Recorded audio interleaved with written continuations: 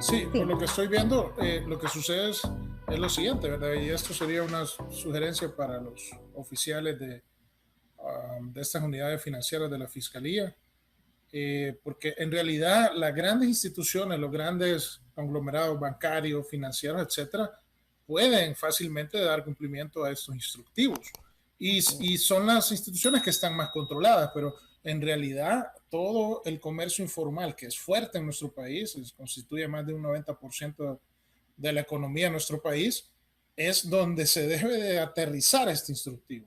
Y Así es. ahí los que estamos en contacto con ese tipo de cliente o ese tipo de empresa son esencialmente contadores independientes que hacen el IVA y que a veces pudiera Ujú. parecer que solo es un puesto en el mercado, pero ese puesto en el mercado vende más que cualquier otra empresa formal, ¿verdad? A veces. Entonces, y es ahí donde más se necesita el control. Por eso se formulaba Así la es. pregunta y estoy seguro que en los próximos, en este prórroga que se ha dado, estoy seguro que se va a aclarar mejor esas dudas, ¿no? De cómo Sí, aplicarlo. correcto.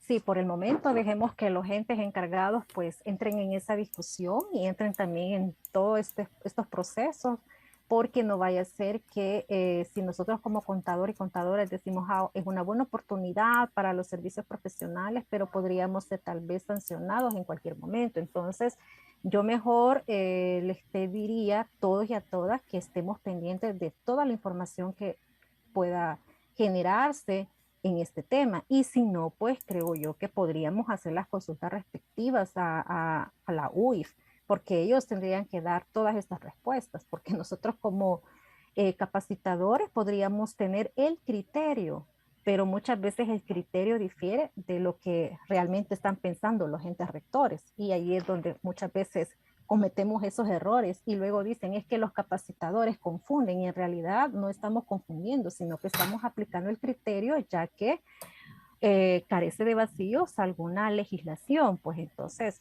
eh, por eso es que mejor les prevengo antes de que empecemos a soltar y empecemos a hacer cosas que al final pues salgamos repercutidos, colegas. Yo en ese aspecto sí les pediría que tengan un sumo cuidado y una debida diligencia en todo lo que ustedes puedan aplicar. Ok. Bueno, continuando con esto, el artículo 9 también nos menciona sobre un informe que debe de presentar el auditor externo y esto es como un informe de cumplimiento.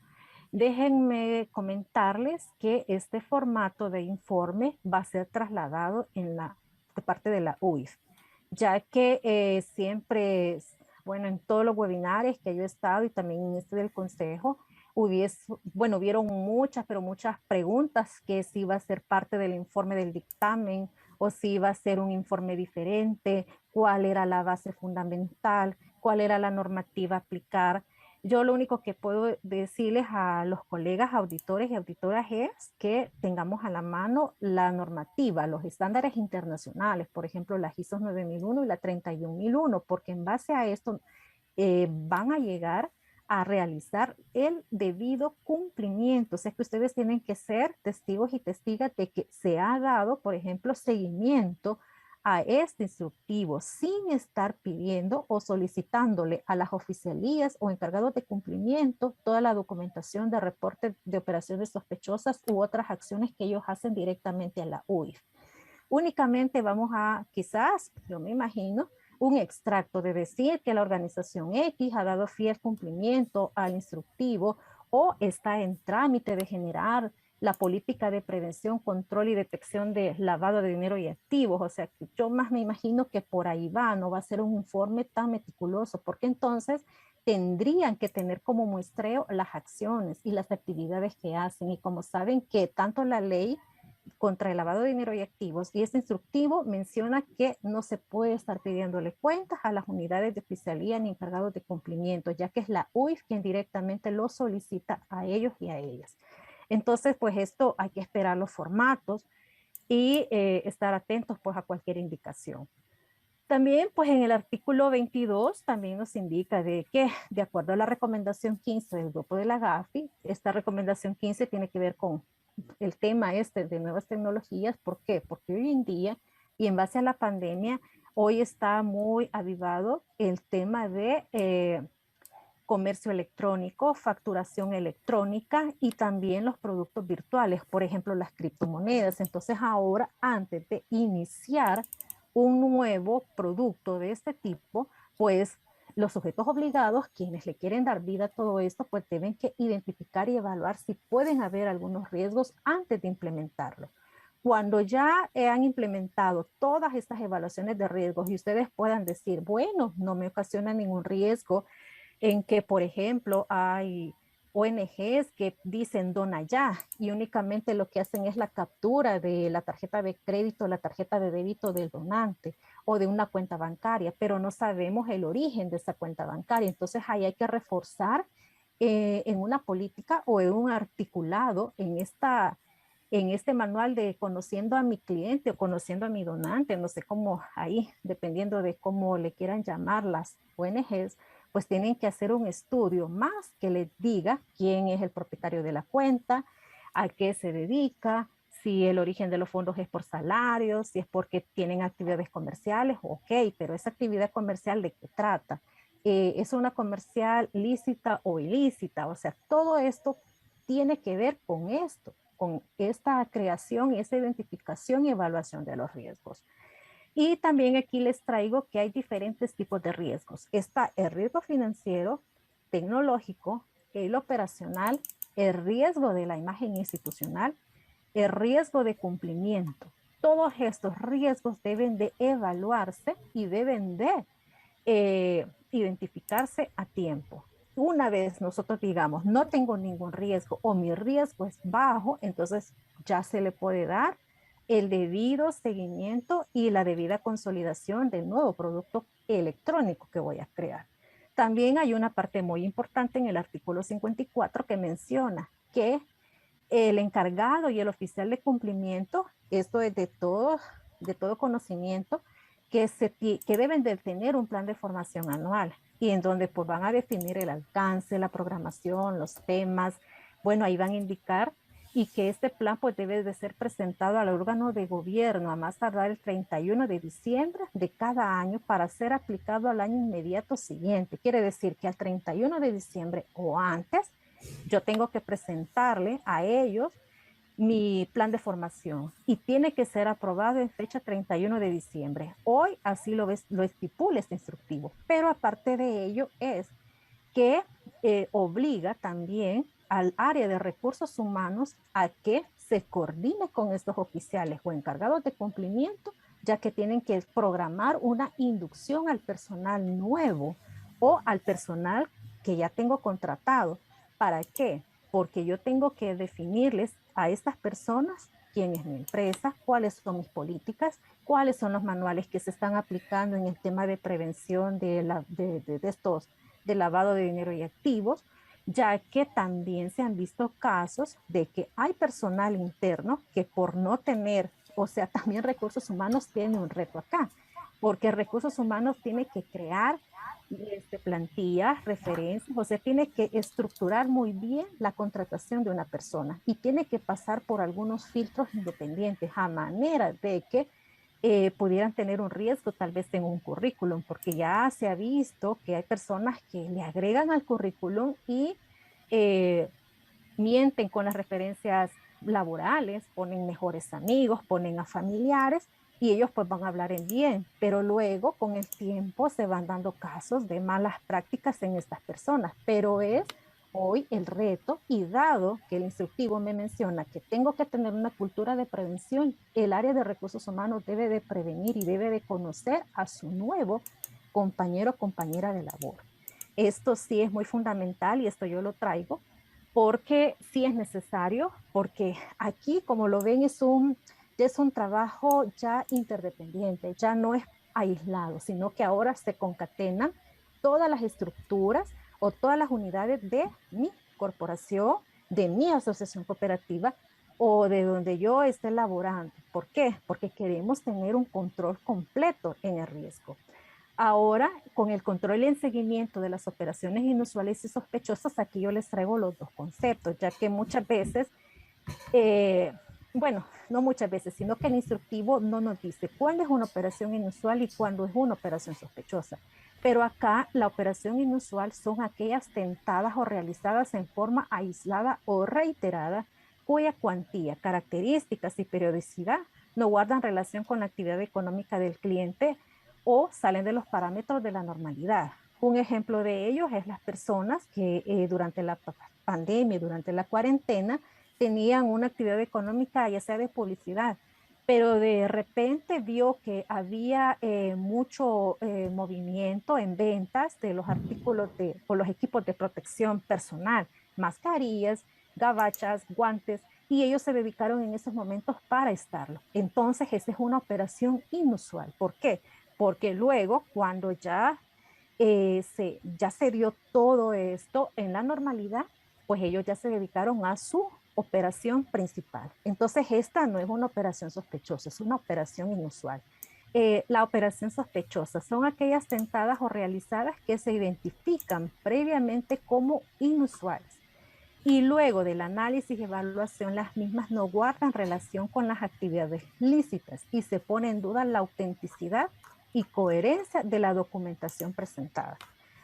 Eh, Muchas veces la operación inusual se convierte en sospechosa porque ya vemos de que si con el ejemplo que les puse, vemos de que ellos dentro de su factura dice que son actividades de publicidad, pero se dedican a hacer estas ventas de equipos de protección personal, pero ellos no llegaron pues a como decir, miren, vamos a registrarnos ante el Ministerio de Hacienda que nos conceda, que nos vamos a dedicar a unas actividades no clasificadas previamente, por ejemplo, donde ahí engloba casi todo el tipo de ventas, y yo continúo. Entonces, ¿qué puedo decir? En que no está haciendo de manera lícita la actividad económica. Entonces, yo puedo reportarla como una operación sospechosa. Oigan, es sospechosa. Yo no estoy diciendo que en ese momento es una operación consolidada de corrupción. ¿Y qué tengo que hacerlo? Aquí, pues, en los 5 días hábiles, pues yo tengo que decir, miren, esta es una operación que se me hizo de inusual a sospechosa, pero que este informe no tiene ninguna denuncia penal, ni responsabilidades civiles ni penales contra el sujeto obligado, empleado o para quien yo lo estoy suscribiendo.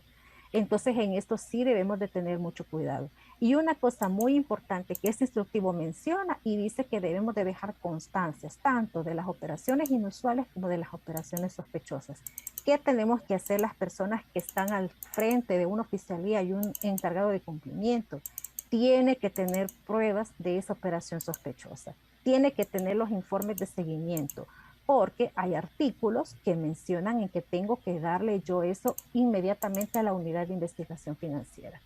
Igualmente, antes las notas periodísticas donde vinculaban a personas expuestas políticamente, esto por ejemplo son los ministros, los presidentes, etcétera, que estaban en una organización, pero que de repente ellos ya dejaron ya de ser funcionarios públicos, pero quedó el precedente que ellos manejaron fondos del gobierno.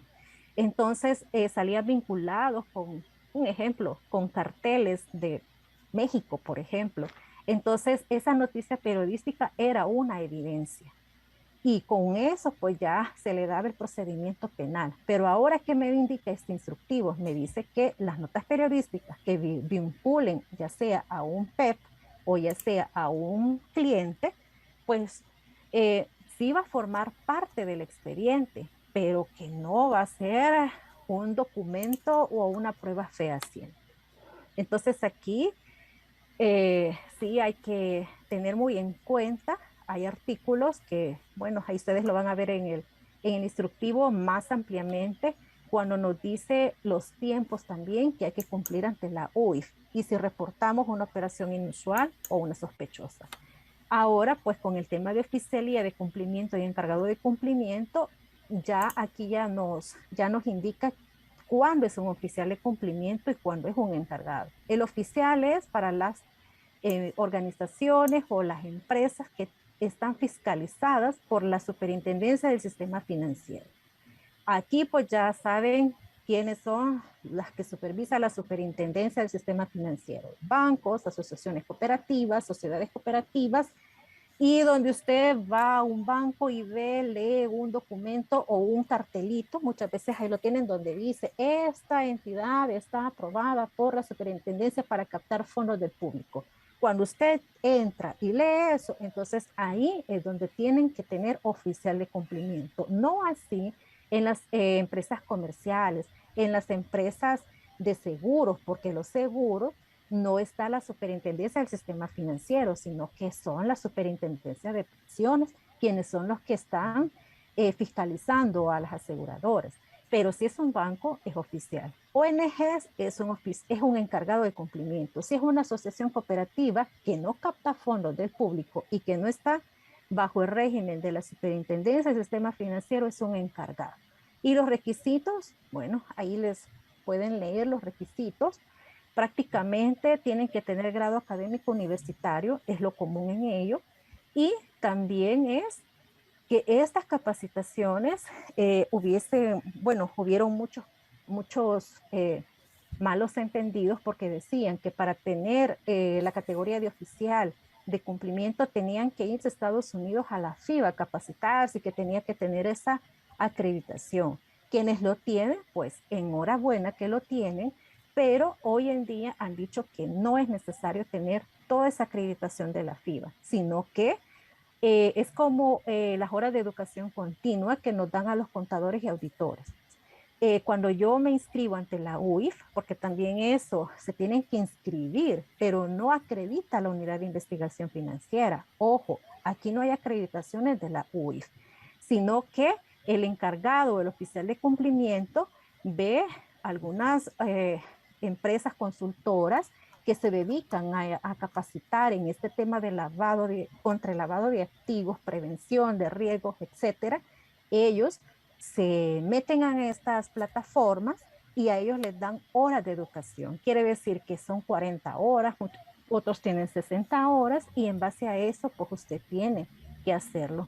Esto pues lo traigo a cuenta porque había unas asociaciones cooperativas que son pequeñitas, o sea, que no son como por ejemplo una Cactiusa o una Cosabi, por ejemplo, pero que decían, ¿y cómo me voy a capacitar? ¿Y quién va a ser mi encargado de cumplimiento? Muchas veces era un tesorero o una tesorera que tenía un perfil de educación que lastimosamente no cumplía con los requisitos y actualmente no cumplen. Entonces, ¿qué sucede? La gente dice, y entonces tengo que contratar uno. No, esta persona puede pasar por procesos formativos como yo ya lo indiqué. Y en base a esos procesos formativos, él ya puede tener esto. Como encargado de cumplimiento, no me piden certificación, es una capacitación. Pero el oficial de cumplimiento, aparte de tener la certificación, debe de capacitarse. Esto sí. Y bueno, aquí las funciones de ambos nombramientos, pues lo van a ver en el artículo 67, en el oficial y en el encargado de cumplimiento en el artículo 73. Perdón. No sé si en esta parte hay algunas preguntas o algo como para pasar ya a la propuesta, ya que el tiempo se nos va a ir Claro, acabando. hay muchas preguntas, pero básicamente la que más se repite, Ajá. que no ha quedado claro, es que si tengo clientes, soy contador independiente y tengo clientes, persona natural, empresas pequeñas que no están dentro de los rubros que usted puso al inicio, que si estoy obligado a implementar todos estos controles. Se repite esa pregunta, ya usted lo respondió, pero si puede repetirlo, Lee. Sí, en este aspecto, usted como profesional independiente, pero usted es como mi ejemplo. Yo, Sonia Larín, me dedico y soy consultora y tengo 14 empresas. Pero estas 14 empresas, a pesar que tienen que inscribirse en la unidad de investigación financiera, también lo tengo que hacer yo. ¿Por qué? Porque yo tengo que tener el conocimiento a qué se dedican estas 14 empresas a las cuales yo estoy brindando mis servicios. Entonces, yo también tengo que pasar por todo este proceso que ya vimos de la metodología del enfoque basado en riesgos.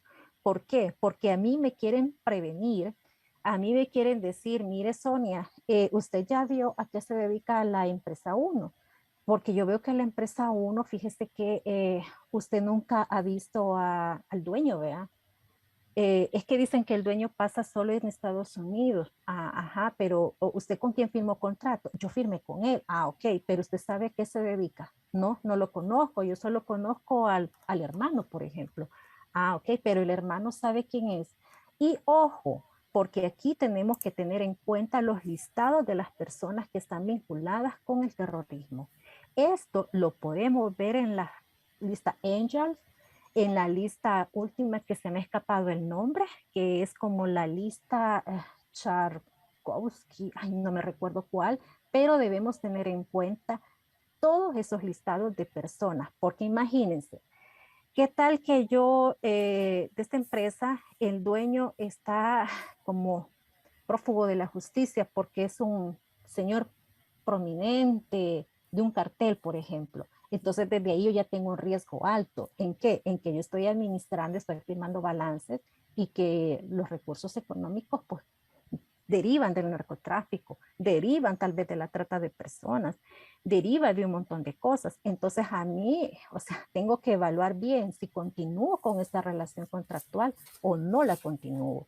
Y si yo la continúo, pues digan, créanme que yo todas las políticas de riesgos y si me llega pues a un nivel de semáforo más que rojo, quizás casi incendiándose, y asumo el riesgo, créanme que puedo tener consecuencias penales. Y bueno, esto también el Código Penal, pues ahora ya me indica que casos de corrupción, pues hoy sí son penados. Yo no sé si subieron los números de años, pero antes eran como de 3, creo que ahora es de 5 a 7 años.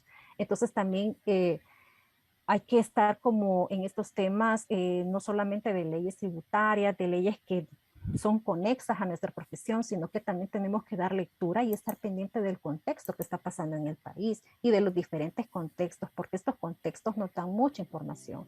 Entonces, con el ejemplo que he dado, es como yo quiero darle respuesta a esa pregunta, porque Claro. no basta en que yo voy a asesorar a estas 14, sino que soy yo también quien me tengo que proteger.